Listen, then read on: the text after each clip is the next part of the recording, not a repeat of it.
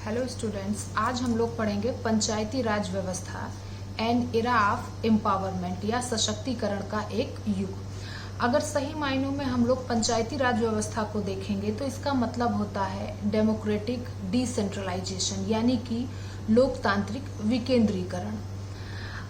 हमारे देश के ग्रेट ट्रेडिशन में हमेशा पंचायती राज व्यवस्था एक विशेष स्थान रखती रही है और इसकी प्रेरणा पंच परमेश्वर से ली गई है। पंच परमेश्वर का मतलब होता है कि पंचों में भगवान बोलते हैं, इसीलिए हमेशा ये माना गया कि पंच परमेश्वर बिना किसी पूर्वाग्रह के जो लोग हैं उनके साथ सही से न्याय करेंगे, यानी कि वो कभी भी पक्षपात पूर्ण निर्णय नहीं लेंगे।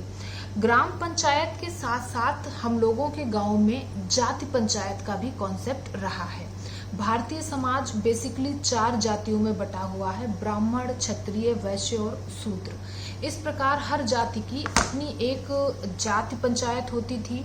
अगर झगड़ा अपनी ही जाति में होता था तो उसे सुलझाने के लिए जाति पंचायत के पास जाया जाता था। अगर इंटरकास्ट प्रॉब्लम्स होती थी तो फिर मेन पंचायत के पास उसको सुलझाने के लिए जाया जाता था।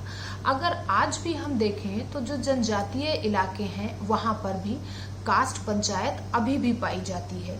यहाँ पर हम कास्ट पंचायत को जाति से या कास्ट से नहीं जोड़ेंगे। यहाँ पर जाति पंचायत का मतलब है कि एक विशेष वर्ग की अपनी पंचायत। जनजातियों में आज भी जब कोई झगड़े हो जाते हैं तो वो लोग पहले अपनी जाति पंचायत के पास जाना ही प्रेफर करते हैं। अगर वो अपनी पंचायत के निर्णय से सेटिस्फाइड नहीं है या उन्हें लगता है कि सही निर्णय नहीं दिया गया है, इसके बाद ही वो पुलिस, कोर्ट या कचहरी के पास जाना पसंद करते हैं। भारत विश्व की सबसे बड़ी लोकतांत्रिक व्यवस्था है और किसी भी लोकतांत्रिक व्यवस्था के सफल होने के लिए सबसे ज्यादा जरूरी है कि निम्न स्तर तक लोकतंत्र व्यवस्था चली जाए, यानी कि इस लोकतंत्र में देश का जो अंतिम व्यक्ति भी है वो इस व्यवस्था में शामिल हो। इसीलिए जन सामान्य की भागीदारी को सुनिश्चित करने के लिए अधिकतम विकेंद्रीकरण के सिद्धांत को लाया गया और जो ये ग्रास रूट डेमोक्रेसी थी इसी को पंचायती राज व्यवस्था के अंतर्गत सफल बनाने का प्रयास किया गया। राधा कमल मुखर्जी भी कहते हैं कि जो पंचायत हैं वो प्रजातंत्र के देवता की संज्ञा उन्होंने दी है। उन्होंने कहा कि अगर किसी भी देश में लोकतंत्र को सफल बनाना है तो वहां पर पंचायती राज का होना बहुत बहुत जरूरी है। महात्मा गांधी का भी सपना पंचायती राज व्यवस्था के रूप में रहा। उन्होंने कहा कि हमें गांव के डेवलपमेंट के साथ साथ उनको इतना सशक्त बनाना है कि गांव के विकास के जो निर्णय हैं वो गांव वाले खुद ले सकें और उन्हें किसी दूसरे पर डिपेंड ना होना पड़े। इसके लिए पंचायतों का होना बहुत जरूरी है। एक दूसरे शब्दों में कहें तो महात्मा गांधी के ग्राम स्वराज का जो उनका एक सपना था, पंचायती राज व्यवस्था उसके बहुत बहुत करीब है। अब हम ये देखेंगे कि समाजशास्त्र में पंचायती राज व्यवस्था का अध्ययन क्यों किया जाए।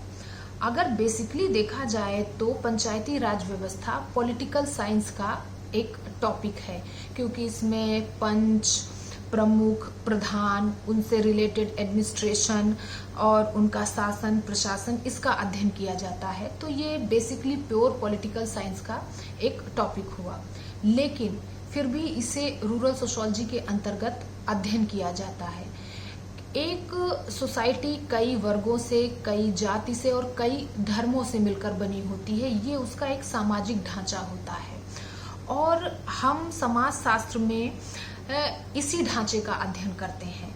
तो पंचायती राज व्यवस्था में जो समाजशास्त्री हैं वो बेसिकली इस बात का अध्ययन करते हैं कि कैसे जो डिसेंट्रलाइजेशन हुआ पावर का वो कैसे गांव में रहने वाले सभी वर्गों के लोगों को, सभी जाति के लोगों को और सभी धर्म के लोगों को कैसे प्रभावित करती है, कैसे पावर स्ट्रक्चर निचले स्तर तक जाती है या निचले स्तर के व्यक्ति तक पहुंचती है और कैसे वीकर सेक्शन एक पावर ग्रुप के रूप में उभरते हैं।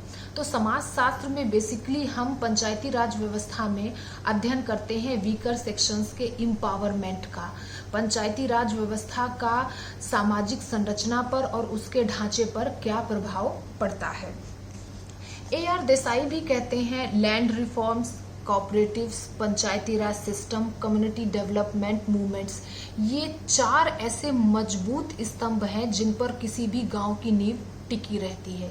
यानी कि इन 4 का अध्ययन हमें किसी भी सोसाइटी के सशक्तिकरण के लिए करना बहुत जरूरी है। अगर हम इन 4 चीजों की स्टडी नहीं करेंगे तो कभी भी हम भारतीय समाज को समझ नहीं पाएंगे। अब इसके बाद आता है हिस्टोरिकल बैकग्राउंड। भारत में पंचायती राज व्यवस्था का इतिहास बहुत पुराना रहा है। समय समय पे इसका स्वरूप और उसकी संरचना बदलती रही है। मिडवल इंडिया में पंचायती राज व्यवस्था उतनी प्रभावशाली नहीं रही, लेकिन ब्रिटिश गवर्नमेंट के अंतर्गत इसको प्रभावशाली बनाने के लिए बहुत सारे उपाय किए गए, जिसमें सबसे पहले 1882 में लॉर्ड रिपन ने स्थानीय स्वायत्त सरकार, लोकल सेल्फ गवर्नमेंट का विचार प्रस्तुत किया और उन्होंने कहा कि नगरों के लिए नगर पालिका और ग्रामीण क्षेत्रों के लिए पंचायत की स्थापना की जाए, जिससे कि इनके जो डेवलपमेंट की ये बॉडीज निर्धारित कर दी जाए और डेवलपमेंट का सारा जिम्मा इनको दे दिया जाए। लेकिन इन सब चीज़ों पे बहुत ज़्यादा काम नहीं हो सका। उसके बाद 1935 में मॉन्टेग्यू चेम्सफोर्ड अधिनियम बना, जिसने भी अपनी रिपोर्ट सबमिट की, लेकिन द्वितीय विश्व युद्ध शुरू हो जाने के कारण इस रिपोर्ट पर भी आगे कोई कार्रवाई नहीं हो सकी। तो इस तरीके से हम देखेंगे कि पंचायतों का पुनर्गठन प्रभावशाली रूप से आफ्टर इंडिपेंडेंस ही हो पाया। स्वतंत्रता प्राप्ति के बाद सबसे पहले उत्तर प्रदेश सरकार ने पंचायती राज अधिनियम 1947 पारित किया, जिसमें 1948 में सबसे पहले पंचायत के चुनाव संपन्न किए गए। इस तरीके से अतीत की पंचायतों को एक सम्माननीय स्थान दिया गया। पंचायत राज के मुख्यतः 2 फोकस थे। पहला, डिसेंट्रलाइजेशन ऑफ पावर, यानी कि जो शक्ति है उसको निचले स्तर तक पहुंचाना, और दूसरा डेवलपमेंट ऑफ विलेज, गांव का विकास। तो डिसेंट्रलाइजेशन की दिशा में सबसे पहला कदम CDP को उठाया गया, CDP के रूप में उठाया गया, जो 2 अक्टूबर 1952 को शुरू की गई। लेकिन CDP में जो जनसाधारण थे उनको उसमें इन्वॉल्व नहीं किया गया, उसमें उनकी भागीदारी नहीं की गई, जिसकी वजह से ये CDP फेल हुआ। क्योंकि जो लोग गांव में रहते हैं वो अपने गांव की समस्याएं बारीकी से समझते हैं और उन समस्याओं को दूर करने के उपाय भी वो बहुत ज़्यादा बारीकी से जानते हैं। इसी क्रम में CDP क्यों फेल हुआ, इसकी समीक्षा के लिए 1957 में बलवंत राय मेहता की कमेटी बनाई गई और उन्होंने जो अपनी रिपोर्ट प्रस्तुत की उसमें उन्होंने कहा कि लोकतंत्र की अगर आप स्थापना सच्चे अर्थों में करना चाहते हैं तो वहाँ के जनसाधारण की भागीदारी आपको इसमें करनी पड़ेगी, और CDP में ये भागीदारी नहीं थी।